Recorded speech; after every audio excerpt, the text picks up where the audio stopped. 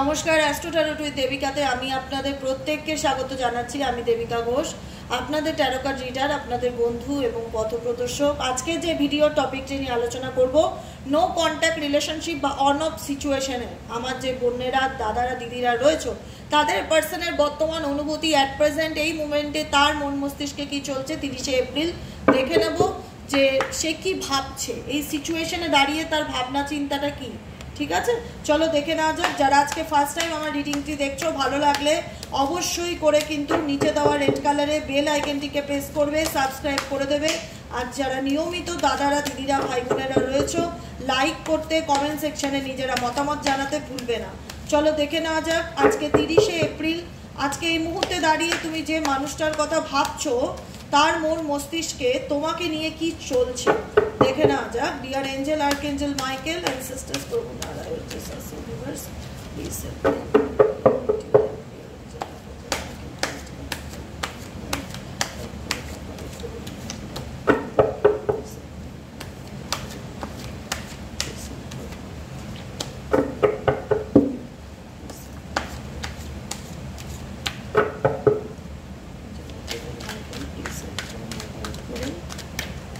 No contact relationship বা on off সিচুয়েশনে তোমার পার্সনের current feelings at present right now, তার মন মস্তিষ্কে কি চলছে দেখে নেওয়া যাক। Please divine angel, divine universe help করুন এবং গাইড করুন।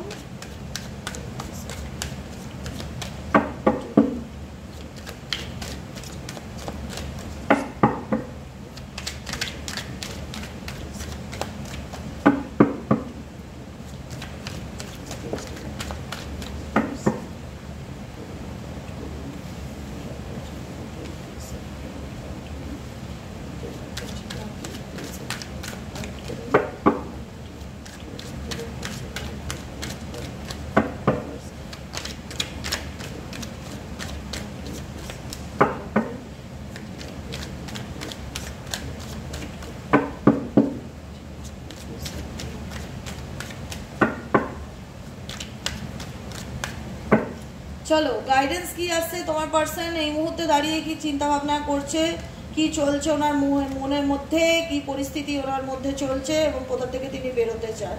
ডেফিনেটলি দেখো, এই পরিস্থিতি তোমার পার্সন কোনো ক্ষেত্রে মুভ অন করার কথা চিন্তা ভাবনা করছে। ডেফিনেটলি মুভ অন করার কথা চিন্তা ভাবনা করছে, কারণ কোথাও না কোথাও এই সম্পর্কটা তার কাছে একটা স্ট্রেসের জায়গা, ডিপ্রেশনের জায়গা, মানসিক চাপের জায়গা, ব্যক্তিগত জীবনটাই তার মানসিক চাপের জায়গা, যেখানে দাঁড়িয়ে দেখা যাচ্ছে হয়তো কোনো কিছু নিয়ে অতিরিক্ত ডিপ্রেশন ফিল করছে, অ্যাংজাইটি ফিল করছে, মাথার উপর অনেক কিছু নেগেটিভ চিন্তাভাবনা ভীষণ রকমভাবে চলছে, যেখানে মনে হচ্ছে সব কিছু বার্ডেন যেন তিনি না নিজের উপর নিয়ে নিয়েছে। কোনো পরিস্থিতি তাকে কোনো জায়গায় বেঁধে রেখেছে, তার জীবনে ভালো কিছু হচ্ছে না, সে বুঝতে পারছে না সেই পরিস্থিতি থেকে কি করে বেরোবে, কি করলে সে ভালো থাকতে পারে। কোনো আলো তার জীবনে আসছে না, কোনো পজিটিভিটি তার জীবনে আসছে না, চারিদিক থেকে চারি রকম পরিস্থিতি তাকে বেঁধে রেখেছে এবং ঘিরে রেখেছে এই সিচুয়েশনে, যে কারণে এই মুহূর্তে তোমার পার্সন কারেন্ট ফিলিংসে প্রচণ্ড স্ট্রেস ফিল করছে। লেখাই রয়েছে নিচে স্ট্রেস, প্রচণ্ড স্ট্রেস ফিল করছে। মনে হচ্ছে সে তার নিজের লাইফটাকে একটা সার্কাস মনে করছে, যে সময় তাকে খেলাচ্ছে, ইউনিভার্স তাকে খেলাচ্ছে, পরিস্থিতি এমন একটা জায়গায় এনে দাঁড় করিয়েছে যেখান থেকে তার জীবনে অনেক অভিজ্ঞতা তৈরি হয়েছে, অনেক কিছু নিয়ে সে সিরিয়াসলি প্র্যাকটিক্যাল ভাবনা চিন্তা করছে যে কি করলে আমি এই সিচুয়েশন থেকে বেরোতে পারবো, কি করলে আমার জীবনে ভালো সময় আসবে। কারণ হারমানি অ্যান্ড ড্রিম এই দুটো কার্ড ইন্ডিকেট করছে ডেফিনেটলি আপনার পার্সন কিন্তু কখনো কখনো খুব ইমোশনাল হয়ে পড়ছে, কখনো ইমোশনালি আপনাকে প্রচণ্ড পরিমাণে মিস করছে, আপনার সাথে কাটানো মুহূর্তগুলোকে নিয়ে মিস করছে। ফ্যামিলি রিলেশনশিপ একটা সময় কত ভালো ছিল, কত ভালো সম্পর্ক আমাদের ছিল, এখন কোথাও যেন সব কিছু কেমন ম্যাচড আপ হয়ে গেছে, লাইফে মেন্টালি পিস নেই, প্রচণ্ড রকম পরিস্থিতি, কঠিন পরিস্থিতির মধ্যে দাঁড়িয়ে আছি, ভাগ্যের খেল, শান্তি পাচ্ছি না জীবনে, ভীষণ মানে একটা বলে না ভীষণ অশান্তি মনের মধ্যে চলছে। কিন্তু ডেফিনেটলি কোথাও না কোথাও আপনার প্রতি ওনার যে ভালো মুহূর্ত বা টাইম স্পেন্ড ছিল, কোয়ালিটি টাইম ছিল, যেখানে একটা সময় কোথাও না কোথাও ভালো সম্পর্ক ছিল, সেগুলোকে নিয়ে কোথাও না কোথাও আপনার পার্টনার মেমোরাইজড করছে বা মনে করছে। অ্যাবান্ডেন্স ইন্ডিকেট করছে আপনার পার্টনার এই মুহূর্তে, কারণ এই মানুষটা বরাবরই ফার্স্ট প্রায়োরিটি নিজেকে দেয়।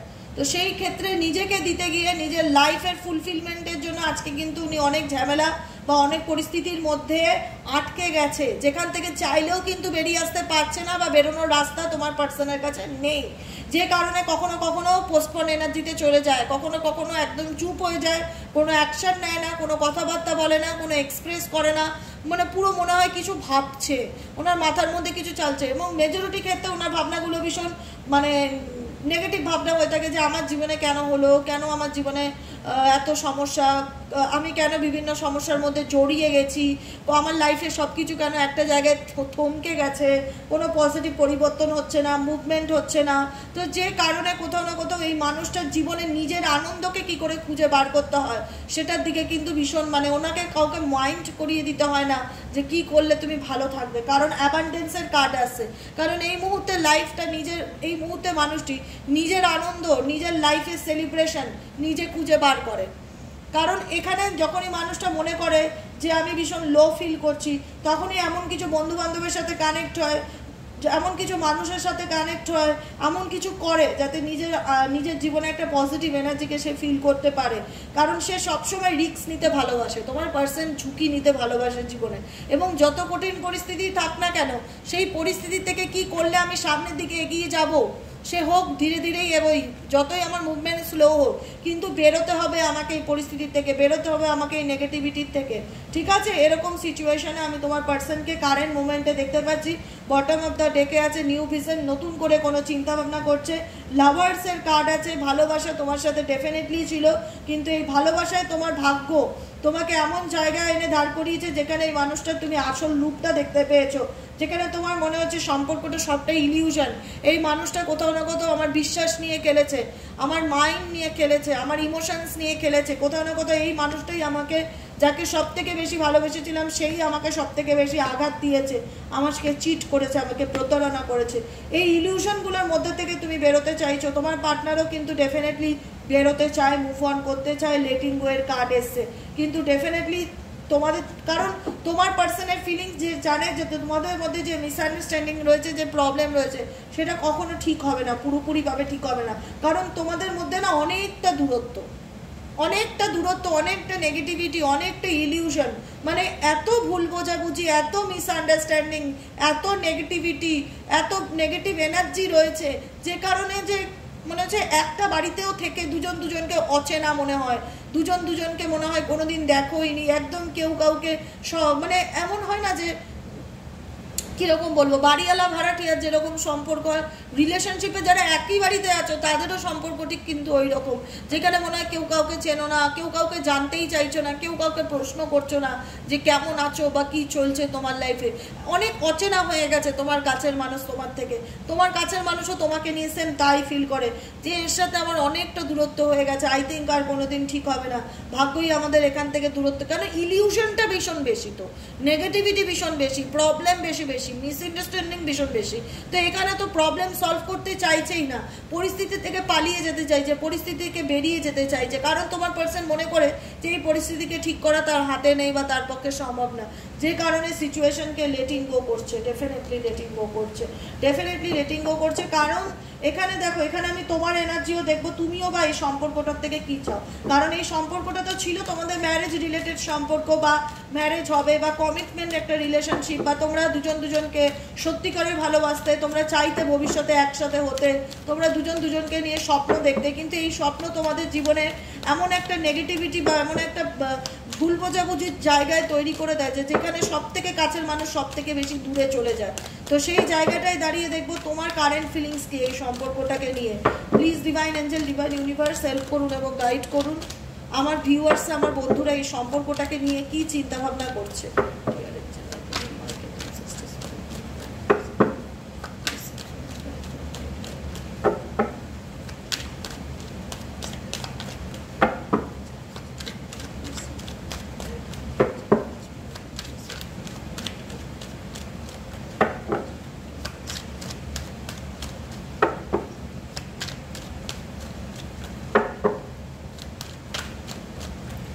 তোমাদের কারেন্ট ফিলিংস, তোমরা এখন নিজের ফিউচারটা নিয়ে ভাবছো যে আমাকে এবার আমার কথা ভাবতে হবে, এবার আমাকে আমার ভবিষ্যৎ নিয়ে ভাবতে হবে, কি করলে আমি ভালো থাকবো। কারণ এই যে মিসআন্ডারস্ট্যান্ডিং, এই যে দূরত্ব, এটা লং টার্ম দূরত্ব, যেখানে কেউই চাইছে না কাউকে বোঝাতে, এখানে কেউই চাইছে না কারোর প্রবলেমকে সলভ করতে, বা কেউ ভুল বুঝছে সেটা ঠিক করার চিন্তা ভাবনা নেই, সেটাই মনের মধ্যে ধরে বসে রয়েছে, ইমাজিনেশন করছে যে এই মানুষটা আমাকে চিট করেছে, আর এই মানুষটা আমাকে ঠকিয়েছে, বা এই মানুষটা আমি মিথ্যে বলেছে। অনেক নেগেটিভিটি আছে, অনেক প্রবলেম আছে। তো যে কারণে তোমরাও কোথাও না কোথাও এই সম্পর্কটা থেকে মুখ ফিরিয়ে নিতে চাইছো।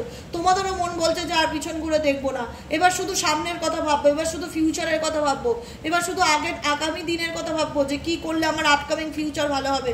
কারণ এই সম্পর্কে তুমি অনেক ডিফিকাল্টি সহ্য করেছো, অনেক ডিফিকাল্টি সহ্য করেছো, তুমি শেষটুকু পর্যন্ত লড়েছো। একটা মানুষের যতটুকু একটা সম্পর্ককে টিকিয়ে রাখতে গেলে যতটা এনার্জি প্রয়োজন হয়, তুমি সর্বস্ব এনার্জিটুকু দিয়ে এই সম্পর্কটাকে এত দূর পর্যন্ত টেনেছো। এখানে তোমার অবদান 90%, এখানে তোমার অবদান 90%। তুমি গিভ আপ করোনি।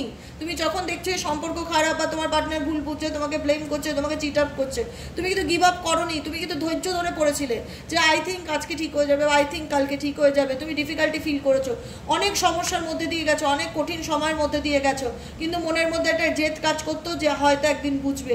এতদিনকার সম্পর্ক, এতদিন ধরে এই রিলেশনশিপটা তৈরি করেছি, আমি সহজে গিভ আপ করতে পারি না। কিন্তু তোমার এখন মনে হয় যে না, এখন আমাকে আমার ফিউচার নিয়ে ভাবতে হবে, আমার আপকামিং দিন নিয়ে ভাবতে হবে, নিজের জীবনটাকে নিয়ে ভাবতে হবে।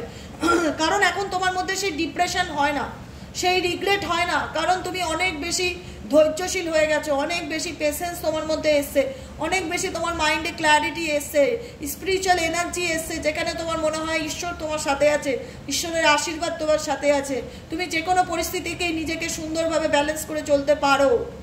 ডেফিনেটলি তোমার মধ্যে খুব পজিটিভ এনার্জি ফিল করতে পারছি। তুমি মানুষের জন্য করেছো, তুমি সম্পর্কের জন্য করেছো, তুমি শুধু দিয়েই গেছো কিন্তু রিটার্নে পাওনি।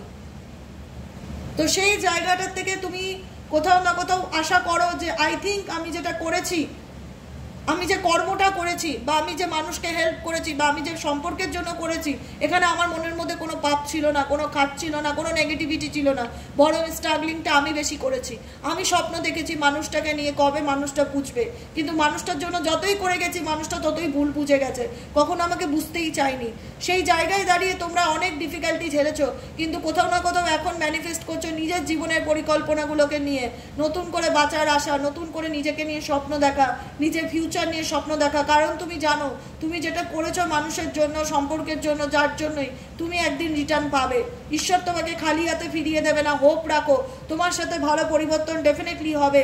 তোমার ব্যক্তিগত জীবনের শত্রু আছে যারা তোমার জীবনের মানসিক শান্তিকে নষ্ট করে, আজকে তাদের জন্যই তোমার লাইফে এত ডিফিকাল্টি, যে কারণে তুমি এত ঝড়ঝঞ্ঝাট সহ্য করছো। কিন্তু এই এন্ডিং তোমাকে সাকসেসের দিকে নিয়ে যাবে, এই এন্ডিং তোমাকে হ্যাপিনেসের দিকে নিয়ে যাবে, এই এন্ডিং তোমাকে পজিটিভিটির দিকে নিয়ে যাবে। তুমি মনে করতে পারো যে মানুষটার জন্য করলাম, কিন্তু মানুষটা আমাকে ভুল বুঝে আমার সঙ্গে সম্পর্ক ভেঙে দিয়ে চলে গেল, থার্ড পার্টির কথায় আমার সাথে ব্রেকআপ করে দিল, সে আমাকে ভুল বুঝলো, আমার জীবনে কি কিছু ভালো নেই? আমি বলছি তোমাদেরকে, আজকে তারিখ দিয়ে লিখে রাখো, ভালোটা তোমরা দেখবে এবার, ভালোটা তোমাদের জীবনে হবে এবার, আলোটা তোমাদের জীবনে। কেন বলো তো? কারণ এখন তোমাদের এনার্জি অন্যের পিছনে সময় ইনভেস্ট না করে নিজের ফিউচার নিয়ে চিন্তা ভাবনা করা, নিজের প্ল্যান করা, নিজে মুভ অন করা। তোমরা নিজে মুভ অন করছো এই বিষয় থেকে, কারণ তোমাদের মনে হচ্ছে আমরা অনেক করে দিয়েছি, লিমিটের বাইরে গিয়ে করেছি, অতিরিক্ত করে ফেলেছি, নিজের জন্য 10টা টাকাও রাখিনি, সর্বস্বটুকু উজাড় করে দিয়েছি এই মানুষটার জন্য, এই সম্পর্কটার জন্য। কিন্তু আমি এখন এই বিষয় থেকে সরে আসতে চাই, আমি এখন নিজের ফিউচার নিয়ে ভাবতে চাই, নিজেকে ভালো রাখতে চাই। আমার ঈশ্বরের প্রতি বিশ্বাস আছে, আমি জানি আমি যে স্বপ্নগুলো দেখছি বা আমার ফিউচার নিয়ে যে পরিকল্পনা করছি সেগুলো একদিন ফ্রুটফুল হবেই হবে। সেই বিশ্বাস আমার ঈশ্বরের প্রতি আছে। তুমি জানো তোমার মধ্যে কোনো নেগেটিভ এনার্জি নেই, তুমি হয়তো ডিফিকাল্টির মধ্যে দিয়ে যাচ্ছ, কিন্তু তোমার ভিতরে হোপ কাজ করে, আশা কাজ করে, ঈশ্বর তোমাকে সঠিক রাস্তা দেখাবে। ঈশ্বর তোমার দান, তুমি যে মানুষের জন্য কর্মটা করেছো, যে দানটা করেছো, সেটা তোমাকে রিটার্নে দেবে, কামব্যাক হবে তোমার জীবনে। স্টার আছে, হোপ আছে, পজিটিভ থাকো, তোমার মনের কোনো বড় উইশ আপকামিং দিনে পূরণ হবে, সান কার্ড আছে, এর থেকে ভালো আর কি হতে পারে?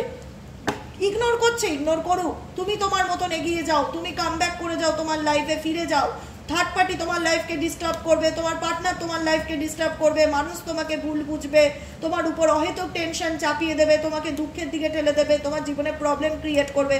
তোমার ভাগ্যে, তোমার ডেস্টিনিতে তোমার এগুলো ছিল, যে কারণে তুমি এগুলো সাফার করেছো, ভালোবাসার মানুষের থেকে বিশ্বাসঘাতকতা পেয়েছো, ধোঁকা পেয়েছো, ব্যাকস্টেপ পেয়েছো, তোমার মন ভেঙেছে, কিন্তু তোমার মনে হচ্ছে যে আমি আটকে গেছি, আমার জীবনে কি এই সিচুয়েশন থেকে আমি কাটিয়ে বেরিয়ে উঠতে পারবো?